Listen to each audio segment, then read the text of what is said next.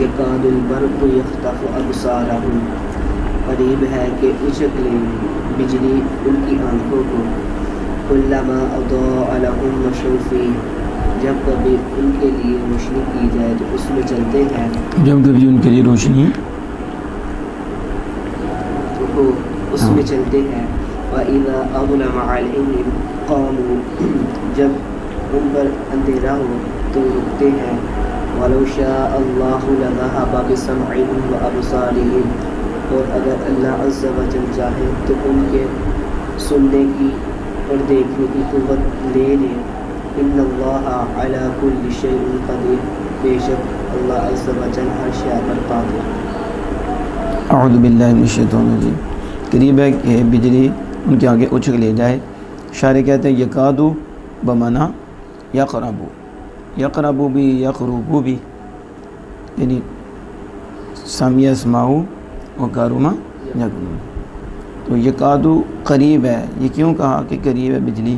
کہ یہ یکادو قرآن پاک میں جہاں بھی استعمال ہوا ہے وہاں جو اس کے اسم کی خبر ہے وہ حاصل نہیں ہوئی، وہ حاصل نہیں ہوئی، تو یعنی حصول قریب ہے خبر کا لیکن حاصل نہیں ہوئی، اس لیے معلوم ہوتا ہے کہ بجلی ان کی آنکھیں لے جائے، لے جائے، قریب ہے کہ بجلی ان کی آنکھیں۔ تو اس کی جو یخطفو کی تفسیر ہے شارع اس کو یاخذو سے کرتے ہیں، یعنی یخطفو یاخذو بسرعہ، تیزی سے لے جائے، تیزی سے، ہاں آنکھیں، قریب ہے کہ بجلی تیزی سے ان کی آنکھیں لے جائے۔ جب کبھی روشنی ہوئی تو اس میں چلتے ہیں، کیا مطلب؟ ای فی ضوئہ، ای یعنی ہی ضمیر، تو آئیے ادھر، تو سوال ہے کہ کس میں چلتے ہیں؟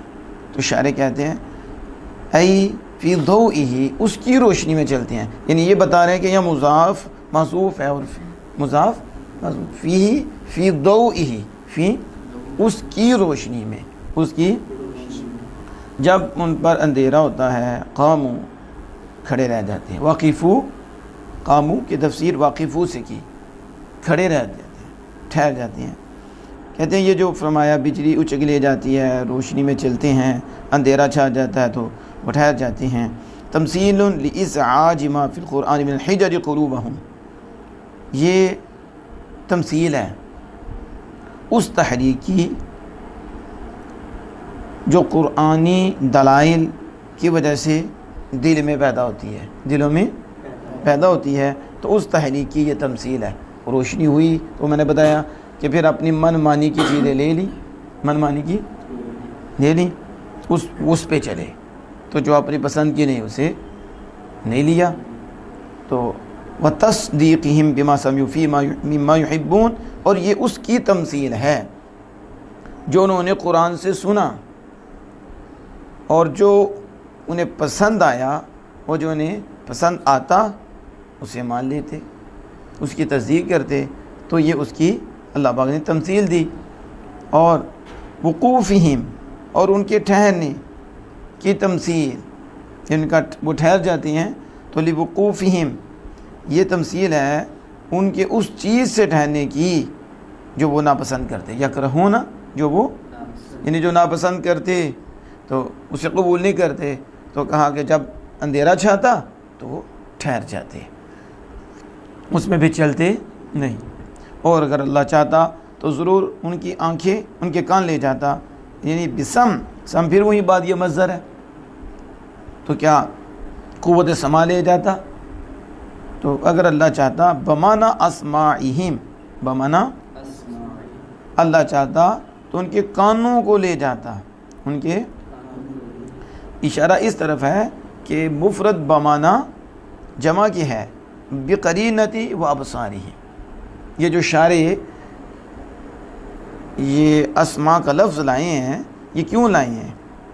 یہ اس لیے لائے ہیں کہ پیچھے ذکر ہوا، آگے ذکر ہو رہا ہے ابصارہم، آگے ابصارہم، تو ابصارہم جمع ہے، تو پھر سمعن بھی بمانا جمع ہے، سمعن بھی اس قرینے کی وجہ سے بمانا اسماعہم کیا، اس کا اسماعہم، تو اگر اللہ چاہتا تو ان کے کانوں کو لے جاتا، ان کے وابصارہم، ان کی آنکھوں کو۔ اب دیکھو نا پیچھے ایک سم اور آگے جمع تھا، تو اللہ شاعر کہتے ہیں یہ سم ہی بمانا اسماء ہے۔ تو آنکھیں کون سی؟ آنکھیں ظاہری بھی ہیں باطنی بھی ہیں۔ ابصارہم الظاہرتی، ان کی ظاہری آنکھیں لے جاتا، ظاہری کما ذہب بالباطنہ، جیسے کہ وہ لے گیا باطنی، باطنی یہ لے گیا، باطنی کے ساتھ بھی لے گیا، تو جیسے وہ باطنی آنکھیں لے گیا وہ ظاہری آنکھیں بھی لے جاتا۔ قادر ہے اللہ پاک، ان اللہ علی کل شیء قدیر، بے شک اللہ ہر شے پہ قادر ہے، اور جس پہ چاہے اللہ پاک قادر ہے۔ وَمِنْهُ، اس قدرت میں سے یہ بھی ہے، اِذْهَابُ مَا ذُکِرَ، جو ذکر کیا گیا اس کو لے جانا، یعنی آنکھیں لے جاتا ظاہری، کان لے جاتا، وہ جس چیز پہ چاہے قادر ہے، تو وہ آنکھ لے جانے پہ بھی قادر ہے اور کان لے جانے پر بھی قادر ہے۔ ہاں آگے، يا أيها الناس اعبدوا ربكم الذي خلقكم والذين من قبلكم لعلكم تتقون، اے لوگوں عبادت کرو اپنے رب کی جس نے تمہیں پیدا کیا اور تم سے پہلے کو، تاکہ تم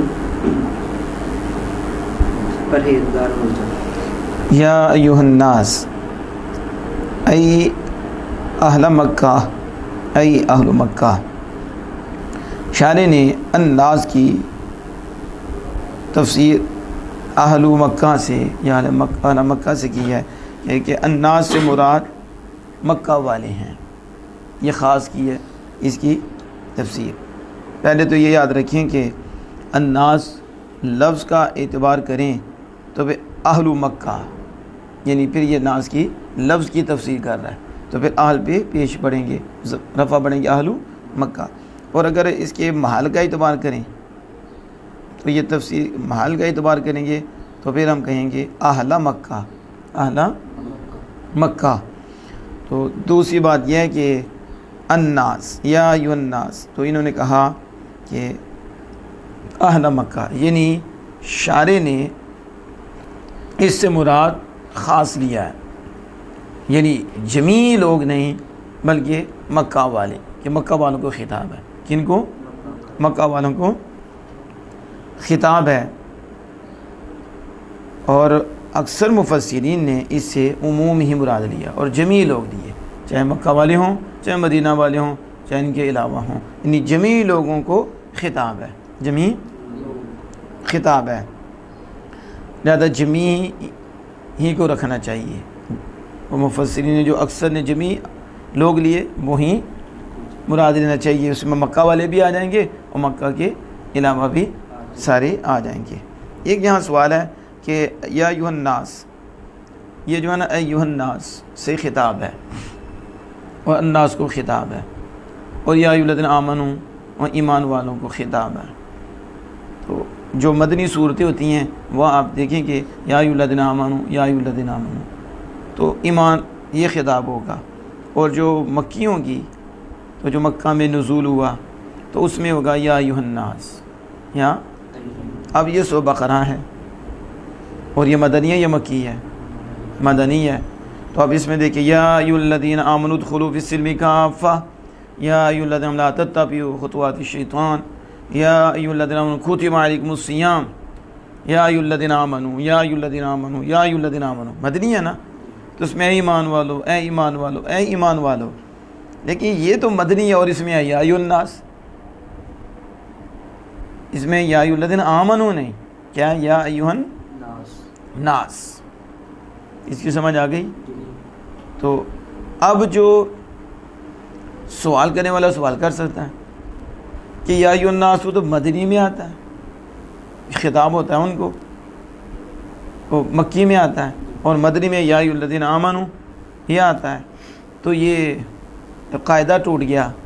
تو اس کا جواب دیں گے یہ قاعدہ نہیں ہے، یہ قاعدہ نہیں ہے کہ جو مکی صورتیں اور مکہ میں نزول ہو تو یا ایھا الناس سے ہی ہو اور یا ایھا الذین آمنوا سے نہ ہو، یا ایھا الذین آمنوا سے ہو، یہ قاعدہ کلیہ نہیں ہے، قاعدہ قاعدہ اکثریہ ہے، قاعدہ اکثریہ ہے کہ مدنی میں یا ایھا الذین آمنوا سے خطاب اور مکی میں یا ایھا الناس سے خطاب ہو، یہ اکثر ہے، قاعدہ کلیہ نہیں۔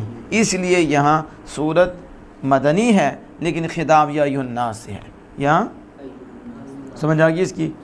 اور الناس سے جو بات ہو رہی ہے تعمیم ہے، یعنی سارے ہی لوگ مراد ہیں، جبکہ حضرت ابن عباس رضی اللہ تعالی عنہما نے اسے خاص لیا اہل مکہ، یعنی اے مکہ والو، تو ہم اب کہیں گے اے مکہ والو اور مکہ کے علاوہ والو،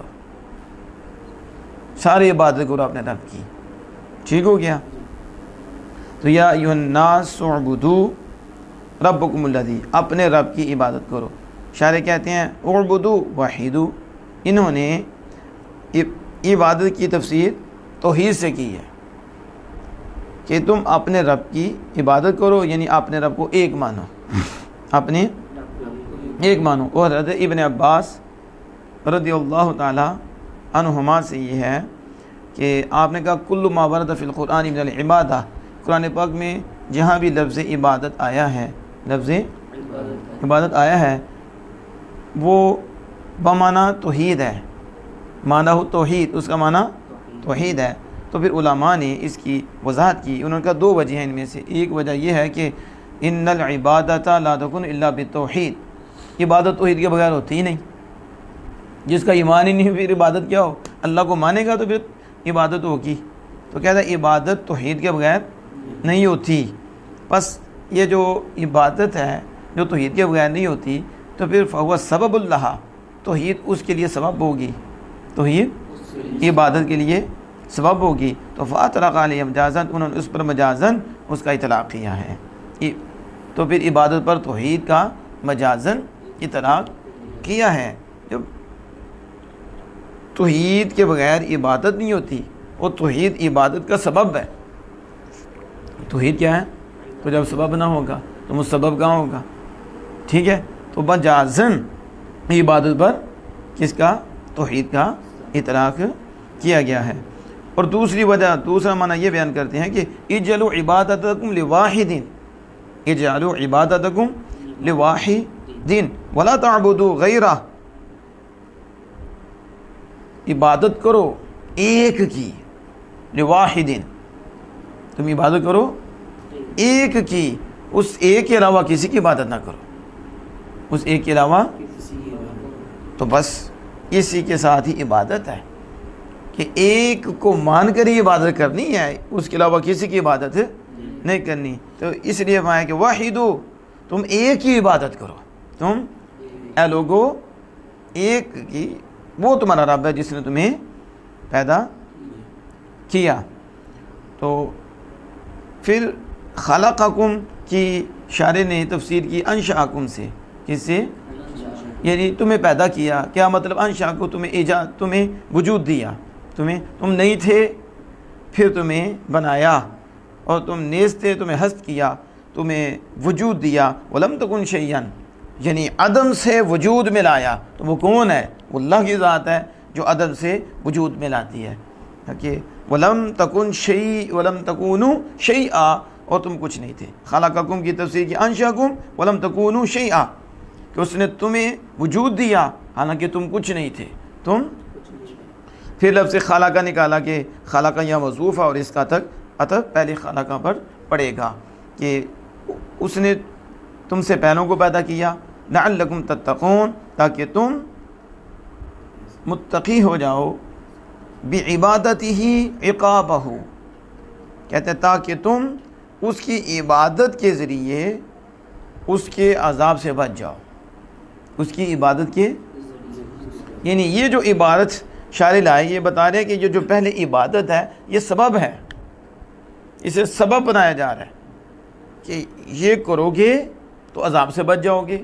تو بتاؤ سبب کیا ہے؟ عبادت کیا؟ مثلا استاد ڈنڈا دکھاتا ہے، کیا؟ یہ کام کرو، یہ کرو گے تو کامیاب ہو جاؤ گے۔ بات کو پیار سے ایسے ہی مان جاتے ہیں کہ فائدہ ہے، تو اللہ پاک اس طرح پھر عذاب بھی سناتا ہے اور بشارت بھی دیتا ہے کہ یہ ڈر کر عبادت کر لیں تو جہنم سے بچ جائیں، یا خوشخبری دیتا ہے کہ اس کے لالچ میں آ کر یہ وہ برے کاموں سے بچ جائیں اور اچھے کام کر کے جنت کے مستحق ہو جائیں. ٹھیک ہے, تو سبب کیا بنایا جا رہا ہے؟ کہیں اس کا لالچ, کہیں وہ خوف کہ اس سے ڈر کر اصل عبادت ہے, عبادت اس کا سبب بنے گی, لیکن ڈرا کے اس سے وہ کام کرایا اور خوشخبری دے کے اس سے وہ کام کرایا. تو اپنے رب کی عبادت کرو. یہاں عبادت سبب ہے, اب بندے کرتے نہیں تو لالچ دیا کہ وہ سبب اس کو یہ اختیار کرے, لیکن ڈر سے کر لے, لالچ سے کر لے, تو جب وہ کرے تو پھر آ کے مستحق جنت بن جائے. سمجھ آ گئی؟ اب یہ شاعر کہتا ہے عبادت سبب ہے.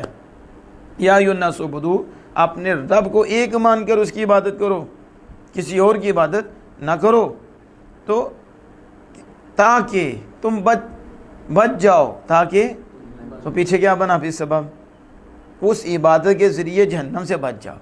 اس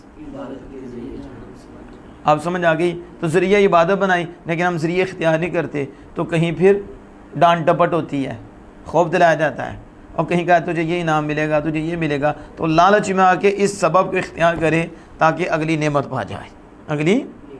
اور سمجھ آ گئی؟ تو فرمایا کہ تاکہ تم بچ جاؤ, عبادت لائے عبادت ہی عقابہ, تاکہ تم اس عبادت کے ذریعے, اس کی عبادت کے ذریعے, اللہ کی عبادت کے ذریعے اللہ کے عذاب سے بچ جاؤ. وہ کہتے ہیں وَلَعَلَّ فِي الْأَصْلِ لِلتَّرَجِّي فِي كَلَامِهِ تَعَالَى لِتَحْقِيق, لعل اصل میں ترجی کے لیے تھا, آپ نے پتا امید کے لیے یہ لعل آتا ہے, اور اللہ تعالیٰ کے کلام میں, اللہ تعالیٰ کے کلام میں لتحقیق, کس کے لیے؟ کہتے ہیں اس کی اصل تو یہ ہے کہ یہ ترجی کے لیے آتا, آپ نے پڑھ لیا ہے لعل اور لیتا, لیتا تمنی کے لیے, آرزو کے لیے, اور ترجی امید کے لیے یہ ترجی آتی ہے. لیکن اللہ تعالیٰ کی طرف تو اس کی نسبت نہیں کر سکتے. کیوں؟ کیونکہ امید اس چیز کی ہوتی ہے جس کا علم نہیں ہے.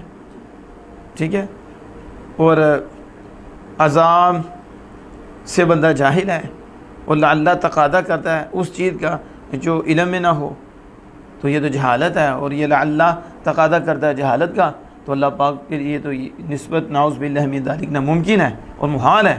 اللہ تو ہر شے کو جانتا ہے. تو اللہ کہتے ہیں اللہ تعالیٰ کے کلام میں جہاں لعل کا استعمال ہوگا یہ تحقیق کے لیے ہوگا, یعنی کام واقع ہوگا, کام. اور آپ جب کہیں گے کہ یہ وہ کہا کہ تاکہ تم متقی ہو جاؤ, تو اس امید پر تقوی اختیار کرو, اور یہ امید رکھو کہ تم عذاب سے بچ جاؤ گی, عذاب سے. تو اب اگر کوئی سوال کرے کہ اللہ تعالیٰ کی طرف یہ نسبت کا اللہ پاک کی طرف نہیں, یہ مخاطبین کی طرف ہے کہ تم امید رکھو, تم امید رکھو کہ تم کیا ہو جاؤ گے. تو امید اللہ پاک دلا رہا ہے, امید.